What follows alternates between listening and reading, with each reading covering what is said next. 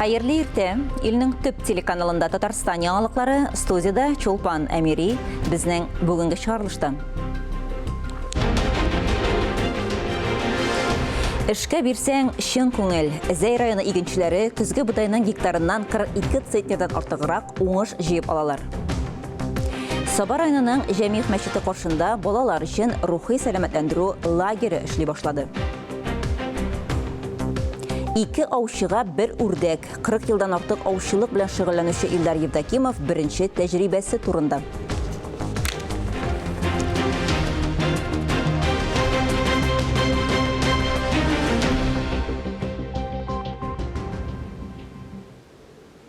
Август елның иң мул айы, уңыш җыючыры.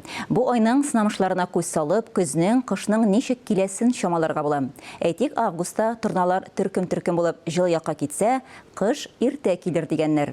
Бүген 7 августта синоптиклар көндез һәм кич кыска вакытлы яңгыр фаразлый, иртән айрым районнарда туман.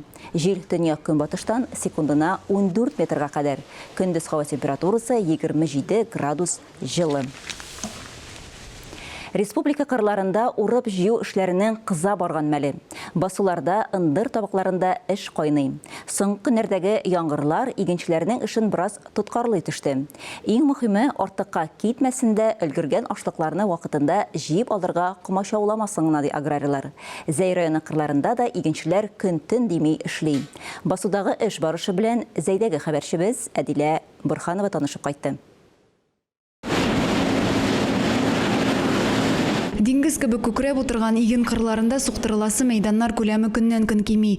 Бу баграж җитештерү комплексының Сармаш бүлекчәсе кырлары. 432 гектарлы көзге будай басуында бер юлы 6 комбайн эшли. Быелгы котлаулы һава торышы шартларында да инде егетләр тырышып эшлиләр. Әлеге басуда хәзер менә безнең 6 комбайн эшли. Басудан туп-туры элеваторга ташыйбыз. Техника белән үзеклекләр юк, машиналар җитешә. Сармаш бүлекчәсендә 767 гектар мәйданда көзге будай үстергәннәр. Уңыш гектарыннан 40 центнерны тәшкил итә. Җыйган уңышны КАМАЗ машиналары Зәй элеваторына ташый. Машина йөртүчеләрнең, комбайнчыларның максатлары уртак. Уңышны яңгырларга кадәр югалтуларсыз җыеп алырга исәпләре. Сары герәбәдәй бөртекләр комбайн бункерыннан машина арбасына ага. Игенченең ел буена көтеп ала торган иң куанычлы мизгелләре бу.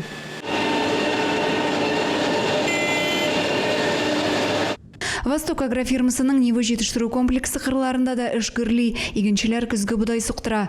Аларның һәр минуты исәптә, техникалар туктап тормый. Уракка төшүне түземсезлек белән көткән механизаторларның берсе Госман Сафиуллин. 20 елга якын комбайн штурвалы артында. Быел погода бик әйбәт түгел, киндә яңгырлар, шуңа карамастан без бәзерәк базман сулуга, басуга кирип китәбез. Урожайлар әйбәт быел. Район буенча бөртеклеләр барлык майданның 26%-ында җыеп алынган. 1 гектардан уртача уңыш 42,8 центнер тәшкил итә. Адилә Борханова, Александр Тимофеев, Максим Майоров, Татарстан яңалыклары, Зәй районы. Татарстан дәүләт советына депутатлыкка теркәлгән кандидатлар өчен түләүсез эфир вакыты һәм матбугатта урын бирү буенча җирәбә салу башланды. Җирәбә 2 көн дәвам итә. Нәтиҗәдә 5 сәяси партия һәм 1 мандатлы вәкилләр 8 сентябрьдә булачак сайлауда катнашучылар 10 августтан масса күләм мәгълүмат чараларында сайлау алды агитациясын алып бару мөмкинлеге ала. Татарстан дәүләт телерадио компаниясе традицион рәвештә сайлау алды дебатларының һәм чыгышларының төп мәгълүмати мәйданчыгы 2 көнлек җирәбәдән соң 10 августтан сайлау алды агитациясы чоры башлана. Ул дебатларны һәм телевидениедә чыгышларны үз эченә ала. Бер ай эчендә Республика дәүләт автоинспекциясе хезмәткәрләре куркынычсызлык кайышын эләктермәгән өчен 1000 ярымнан артык машина йөртүчене штрафка тарткан. 4 июльдән алар профилактик акция үткәрделәр. Барлыгы исә ел башыннан куркынычсызлык кайышын игътибарсыз калдырган өчен җаваплылыкка 10 меңнән артык автомобиль хуҗасы һәм пассажир җәлеп ителгән. Хезмәткәрләр таләпләргә игътибарлы булырга чакыра, куркынычсызлык кайышын яки мотоциклда шлемнан башка йөрү өчен 1000 сум күләмендә штраф каралган. Мәктәп укучыларының жәйге каникулы тамамланырга да нибары бер ай вакыт калды. Күпчелек балалар жәйге ялларын күңелле, файдалы итеп үткәрү өчен лагерьларга бара. Бу көннәрдә Саба районының Җәмигъ мәчете каршында ир балалар өчен смена башланды. Рухи сәламәтләндерү лагере ял итү һәм тәрбияви юнәлешләрне берләштерә. Алдагы видеозмабыз Саба районыннан. Шушы көннәрдә Саба Җәмигъ мәчете каршындагы җәйләү кыз балалар өчен оештырылган иде. Аның төп максаты балаларны кече яшьтән үк ислам дине кануннары белән таныштырып, ислам нигезләре буенча башлангыч белем бирү, дини белемнәрен киңәйтү. Балаларга ислам нигезләре һәм сәламәт яшәү рәвеше буенча саф һавада бәйгеләр, остаханәләр, мәдәни белем бирү дәресләре үткәрелде. Барлыгы 55 ял итүче була. Мин бу мәчеткә кирәм бик ошаттым. Күп әйбер бирделәр. Узган елда әйбәт булды. Шундый каты шуй безнең укытучы апа, безнең исеме Фирая апа. Аның белән шундый кызык, и без күп дугалар өйрәндек. Рәхмәт әйтәсем килә Алмаз хәзрәткә һәм апа абыйларга безгә күңелле ял биргәнгә. Бу лагерьга мин 2нче ел йөрим. Миңа бу лагерь бик каты ошый. Иң тырыш кызларга рәхмәт хатлары һәм истәлекле бүләкләр тапшырылды. Остазлары кызларга изге теләкләрен җиткерде. Раббыбызның ярдәме белән, бала чагаларның әйбәтлеге белән, әлхәмдүлиллә, Аллаһ Тәгалә мине шул хәтле күркәм, шул хәтле тыйнак, шул хәтле менә белемгә омтылып тора торган балалар белән бүләкләде. Көн сайын кызларга белем бирүдән тыш төрле интеллектуаль һәм хәрәкәтле уеннар оештырылган, хәләл туклану әзерләнгән. Биредәге соңгы көндә балалар өчен истә кала торган булды. Уеннарда катнашып бүләкләр оттылар. Бер төркем иганәчеләр тарафыннан әзерләнгән күчтәнәчләргә ия булдылар. Ә бу көннәрдә җәйләүдә 70ләп ир бала дини белем ала. Алия Галиуллина, Райля Галәвина, Ирек Солтанов, Татарстан яңалыклары, Саба районы. Татарстан мусульманнары Диниян зәратының Зәкат хәйрия фонды ел сайын үткәрелүче мәктәпкә җыйнырга ярдәм ит республика күләм акциясын башлап җибәрде. Акция кысаларында Татарстанның күп балалы һәм аз керемле гаиләләренә мәктәп кирәк-яраклары сатып алу өчен акча җыела. Мәктәп букчасы комплекты үзгәрешсез булып кала бирә. Булар канцелярия товарлары, дәфтәрләр, хезмәт һәм рәсем дәресләре өчен җыелмалар. Кадрлар составын ташламалар белән көчәйтәләр. Россиянең төрле төбәкләреннән Чаллы шәһәренә 26 табиб күченде. Алар барысы да медицина ярдәме хастаханәсендә һәм Кама медицина диагностика үзәгендә эшкә урнаштырылган. Татарстан Республикасын алар табибларга күрсәтелә торган ярдәм чаралары ярдәмендә сайладылар. Һәр берсенә хезмәт торагы бирелә. Быел калага 5 медицина хезмәткәре килгән. Уфадан тагын 2 табиб-кардиологның ашыгыч ярдәм хастаханәсенә килүе көтелә. Табибларны ирекле вакансияләрдән чыгып чакыралар. Кагыйдә буларак, бу тор профильле белгечләр бүгенге көндә анестезиологларга, реаниматологларга, неврологларга, кардиологларга ихтыяҗ зур. Шулай ук эш һәм хезмәт торагы урыннан тыш табиблар социаль ипотеканы каплауга 800 мең сум акча ала. Татарстанның төрле районнарында да өстәмә түләүләр каралган. Август-сентябрь айлары гөмбә җыюның иң мул чагы ди халык. Бу чорда гөмбәләрнең майлысыннан башлап баллысына кадәр урман бизәге булып тора. Һава торышы һәм яңгырларда уңай шартлар тудыра. Гөмбәләрне ничек эзләргә? Быел алар аеруча кайда күбрәк үсәләр. Бу турда тулырак Динә Нижметдинова репортажында. Собрали грибы и приехали сюда к нам, да? Сколько часов из Чувашии в Казань? 2,5 часа. Это чтобы продать грибы, да ведь? Да. Гөмбәчеләр башта иртән иртүк торып гөмбә җыярга китәм, аннары шәһәргә сатуга юл тотам. Без Мәскәү базары буйлап сәяхәткә чыктык. Адым сайын гөмбә саталар. Биредәге сатучылар Чувашидан яки Мариэльдан килүчеләр. Свежие, чтобы были грибы, в 3 утра встаем. Если кто-то вчерашний продает, да, это, она портится, надо смотреть, выбирать грибы. Вот. Потом едем до 9 часов, наверное, собираем, и вот 1,5-2 часа добираемся до вас. Где-то в 10-11 только мы приезжаем и торгуем до 4 часов. Кемдер азмы күпме акча булсын дип тырышам. Кайберәүләр өчен гөмбә җыю бары тик ләззәт алу һәм тынычлану чыганагы. Бирдә күпчелек очракта дуңгыз гөмбәсе һәм уса гөмбәсен саталар. Бәяләргә килгәндә дә иң арзан гөмбә ул дуңгыз гөмбәсе, ягъни свинушка, килограммы 150 сум. Уса гөмбәсен 300 сумнан саталар. Сколько вот за килограмм? Килограмм 200 рублей. Мында шунысын да әйтергә кирәктер. Дуңгыз гөмбәсе шартлы рәвештә генә ашарга яраклы гөмбә санала. Аны күпләп куллану кешеләрнең үлеменә китерә дип кисәтә белгечләр. Үзебездә Татарстанда гөмбәне кая җыялар икән? Ә сез менә каян җыясыз? Кайсы урманнардан? Мин Марига кайтам. Андары Әтнә ягына, Депияс ягына, анда урманнар бар бит. Шунда.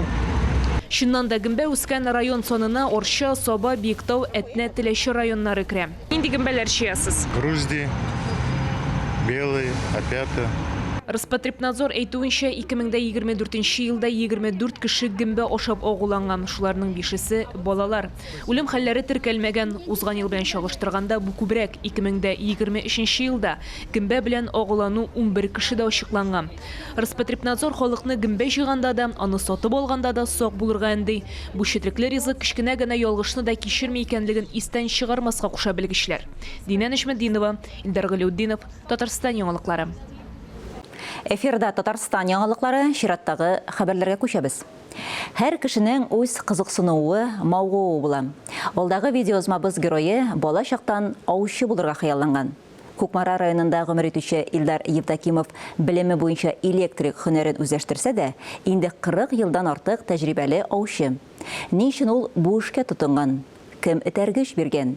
Әлеге сорауларга җавапны Кукмарадагы хәбәрчебез Миләүшә Хаҗиева эзләде. Илдар Евдокимов белеме буенча электрик. Белгечлеге буенча ул 30 елдан артык эшләгән. Төп эшеннән тыш аның башка шөгыльләре дә бар. Кто как может отдыхать, а я вот, как говорится, нашел отдых в охоте.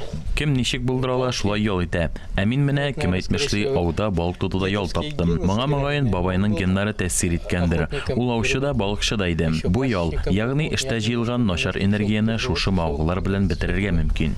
Илдар Евдокимов бүгенге көндә дә бабасының коралын саклый һәм куллана. Ауга үзе генә йөрми, үзе белән этен ала. Ул аңа кош-кортлар тотарга ярдәм итә. Охота для чего? Не обязательно кого-то убить. Ауга бит кош-корт ату өчен генә йөрмиләр. Биредә табигать белән берләшеп иркен сулыш алырга була. Бәхет елмаюда төрлечә була. Бу 200% хезмәткә, ә калганы инде уңышка бәйле. Илдар инде күптән 40 елга якын аучылык белән шөгыльләнә. Тәҗрибә һәм белемне җитәрлек туплаган. Ә беренче ауда эләккән кышын ул хәзер дә хәтерли. Это у меня утка как раз на осеннюю охоту в августе. Бу үрдәк иде. 1985 елларда көзге ау вакытында булды бу. Кыскасы без аучы белән бер үк вакытта аттык. Мин ләктердем дип бәхәсләштек. Без бу үрдәкне тапкач, анда 2 заряд булганын күрдек. Аның 5нче номер, минем 3нче номер иде. Без икебез дә бер юл эләктергәнбез. Аудан тыш Илдар Евдокимов фотосурәтләр ясарга да ярата. Аның телефонында бик күп төрле матур кадрлар табарга була.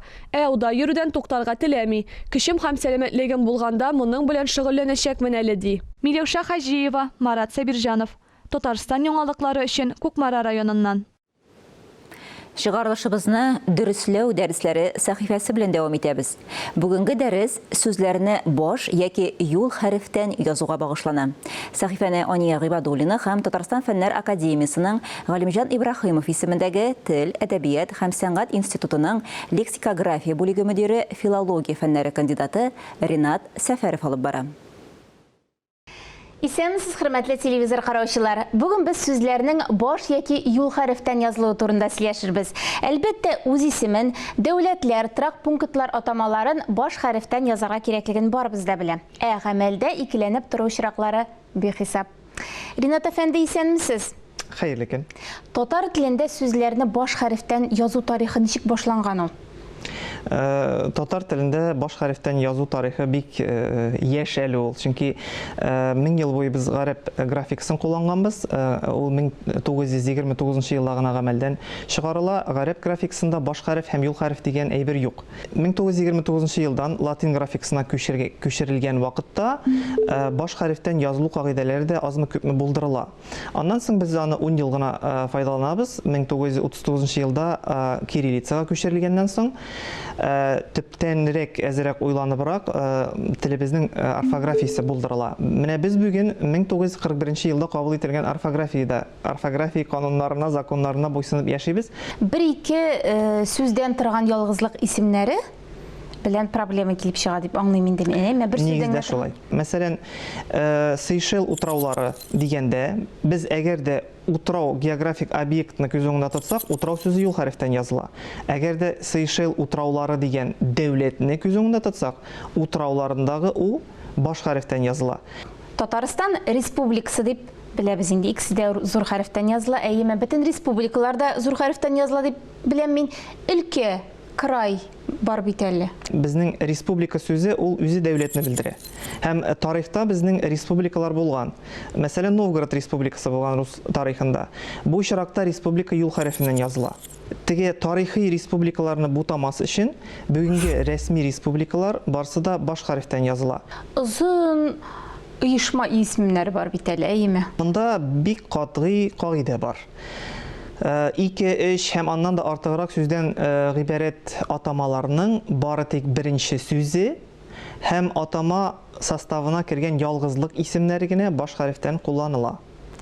Һәр хәлдә шулай кагыйдәсе шулай яңгырый. Мисал өчен, Галимҗан Ибраһимов исемендәге Тел, әдәбият һәм сәнгать институты дигәндә бары тик Галимҗан Ибраһимов кына баш хәрефтән язылырга тиеш, чөнки Галимҗан беренче сүз, Ибраһимов фамилия, аннарысын килгән сүзләр барысы да юл хәрефеннән язылырга тиеш. Һәм кечкенә белән.